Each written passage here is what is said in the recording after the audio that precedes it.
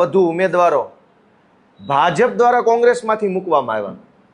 એ સિવાય અમરેલી જિલ્લામાં, ગીર સોમનાથમાં, ભાવનગર, બોટાદ બધે જ ભાજપ દ્વારા માણસ આપવામાં આવે, એને કોંગ્રેસ ટિકિટ આપી દે અને ભાજપ કોંગ્રેસ બંને ભેગા મળી કોઈ પણ રીતે આમ આદમી પાર્ટી જીતે નહીં, અથવા તો આમ આદમી પાર્ટીનો ઉમેદવાર વધુ મત ન લઈ જાય એ માટેનું જાહેર ગઠબંધન કર્યું છે। આવી વાત ગઈકાલે મેં કીધી અને ગઈકાલે સાંજે જ ભાજપના જ ધોરાજીના ધારાસભ્યએ જાહેરમાં બોલી ગયા કે કોંગ્રેસવાળાને અમે ઉમેદવાર આપીએ છીએ। જે વાત આમ આદમી પાર્ટીના પ્લેટફોર્મ પરથી મેં સવારે કીધી એ જ વાત સાંજે ભાજપવાળાએ કન્ફર્મ કરી। અમે ઘણા સમયથી કહીએ છીએ કે કોંગ્રેસ ચૂંટણી નથી લડતું, કોંગ્રેસમાંથી ભાજપના માણસો ચૂંટણી લડે છે। યા તો આમ આદમી પાર્ટી જીતે નહીં, યા તો ભાજપ વિરુદ્ધના મત છે એ વેડફાઈ જાય, એના માટેનું ષડયંત્ર ભાજપ અને કોંગ્રેસે ભેગા મળીને ચાલુ કર્યું છે। આવું જ ષડયંત્ર વિસાવદર વિધાનસભાની પેટા ચૂંટણી વખતે કર્યું હતું કે કોંગ્રેસની અંદર ભાજપમાંથી ઉમેદવારો મૂકેલા અને આજે ફરી વખત એમને ભોપાળું સામે આવ્યું છે। અને અધૂરામાં પૂરું, ન્યાના જ ધારાસભ્ય ભૂતપૂર્વ એમણે થોડાક સમય પહેલા જ ચૂંટણીમાં અગાઉ એવું કીધું હતું કે આમ આદમી કોંગ્રેસ ન ગમે તો ભાજપને મત દઈ દેજો પણ આમ આદમી પાર્ટીને ન દેતા, આવી વાત કરી। અને આજે એ જ વિધાનસભાના ચાલુ ભાજપના ધારાસભ્યએ પાછું ગુજરાતની અંદર જાહેર કર્યું કે કોંગ્રેસ અને ભાજપ બે મળેલા છે। મેં ગઈકાલે પણ કીધું, આજે પણ કહું છું અને ભવિષ્યમાં પણ આ વાત સામે આવવાની છે કે કોંગ્રેસ ભાજપ બંને એક થઈ ચૂક્યા છે। કોંગ્રેસ ભાજપ મળીને ચૂંટણી લડે છે। કોંગ્રેસની અંદર ઉમેદવાર ઊભા રાખવાનો નિર્ણય ભાજપ કરે છે અને ભાજપે મોકલેલા માણસોને ટિકિટ આપી અને કોંગ્રેસ એને ચૂંટણી લડાવે છે। મુદ્દા નંબર 2 કે આપણે છાપામાં જોયું, ટીવીમાં જોયું, સોશિયલ મીડિયામાં જોયું કે અનેક જગ્યાએ બિનહરીફ ભાજપ જીતી ગયું। અનેક જગ્યાએ કડીમાં, અહીં દક્ષિણ ગુજરાતમાં, સૌરાષ્ટ્રના અનેક નગરપાલિકા, તાલુકા પંચાયતોમાં ભાજપ બિનહરીફ જીતી ગયું। હવે અમે તો વિશ્વની સૌથી નાની પાર્ટી છીએ, ભારતની સૌથી નવી પાર્ટી છીએ, ગુજરાતની સૌથી નાની પાર્ટી છીએ।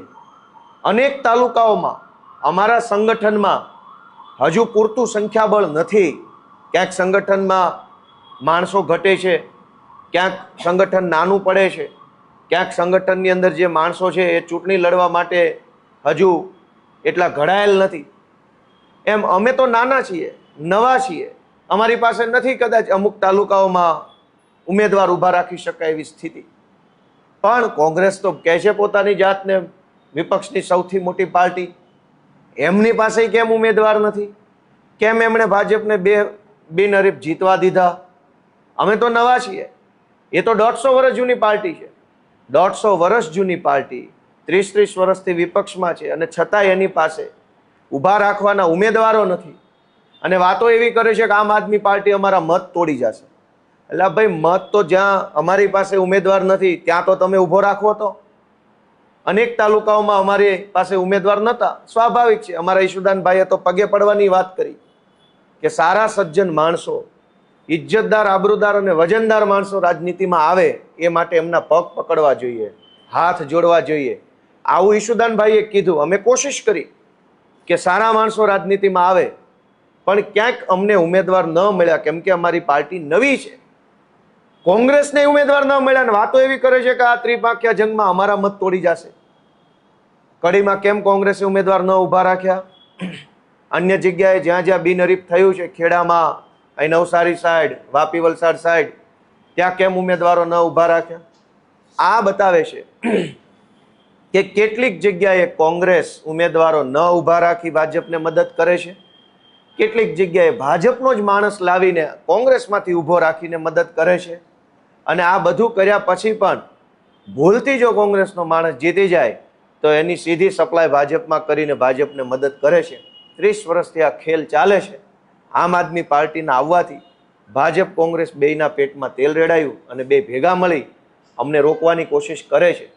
પણ અમે જનતાના આશીર્વાદથી આગળ આવેલા લોકો છીએ, સંઘર્ષથી આગળ આવેલા લોકો છીએ ભાજપ અને કોંગ્રેસના કાવા દાવા કે ષડયંત્રોથી આમ આદમી પાર્ટી રોકી નહીં શકાય.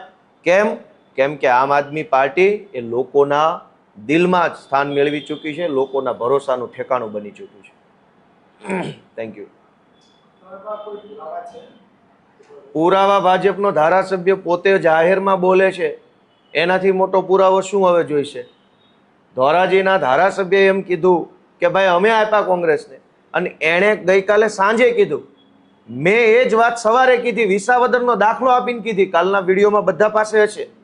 ગઈકાલે સવારે બપોરે 1 વાગ્યે હું બોલ્યો કે કોંગ્રેસના ઉમેદવારો ભાજપે આપ્યા છે, અને રાત્રે ભાજપના ધારાસભ્યએ કબૂલ કર્યું કે અમે કોંગ્રેસને ઉમેદવારો આપ્યા. આનાથી મોટો શું પુરાવો? Okay, thank you.